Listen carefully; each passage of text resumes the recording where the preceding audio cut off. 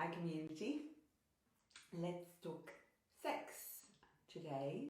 It's our All Being Well Wednesday meeting, gathering, and it's spring, so it feels like the right thing to talk about.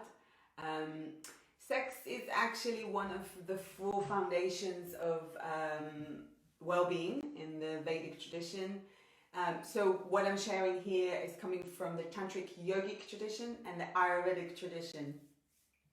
It's nothing to do with the New Age Tantric tradition, which is very much about self-indulgence and changing partners, and sometimes with people you don't even know. It's very specifically, very clearly talking about having commitment, consistency, respect in the relationship to achieve a sacred state and deepening and expanding consciousness. I don't like the word expanding, but having more profound experiences. So so in the Ayurvedic tradition, it's part of the Rasayana therapy. So Rasayana is rejuvenation, and sex is actually considered like one of the most effective way to get soma, because the reproductive system and all those amazing juices we produce when we are uniting, those considered soma. Soma is what rejuvenates us, is like the nectar of immortality, as it described. So, but again, like any medicine, it needs to be in the set and the setting. So the dosage and how it's being done will make it from, medicine into poison or poison into medicine. So,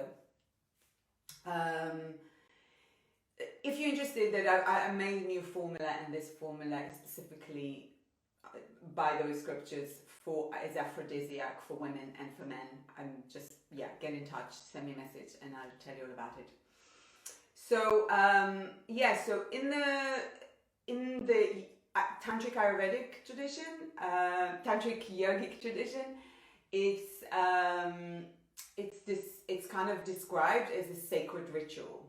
Okay, so, and in order for it to be possible to achieve those states, union with everything, is that the woman need to be able to see her man, and again, this is why consistency, respect, love is essential ingredient to get it done. Is she need to see him as God, she need to perceive him as God, and he need to be able to see her as the goddess. And this is why, I talk to a lot of friends that, had porn issues or still or whatever. And there is a good way to kind of move away from over-sexualizing women and seeing it as something addictive, like a lot of sacred practices, the connotation been changed. Is it to domesticate us? Is it to keep us stupid? I don't know, but do your research. But really, it's important to move away from addictive behavior around that as much as we can. Because really what we're looking when we're addicted, we're looking for connection, right? So go back to the source.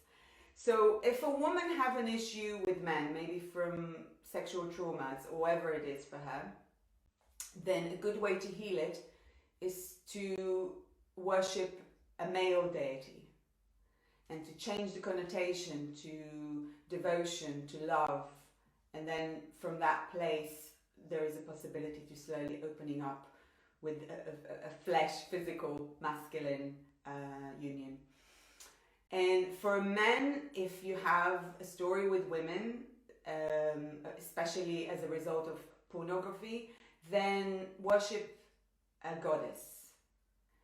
Because again, what we're looking for is like, you want to enter back to the goddess, you want that nourishment, you want that connection, right? That's what it is.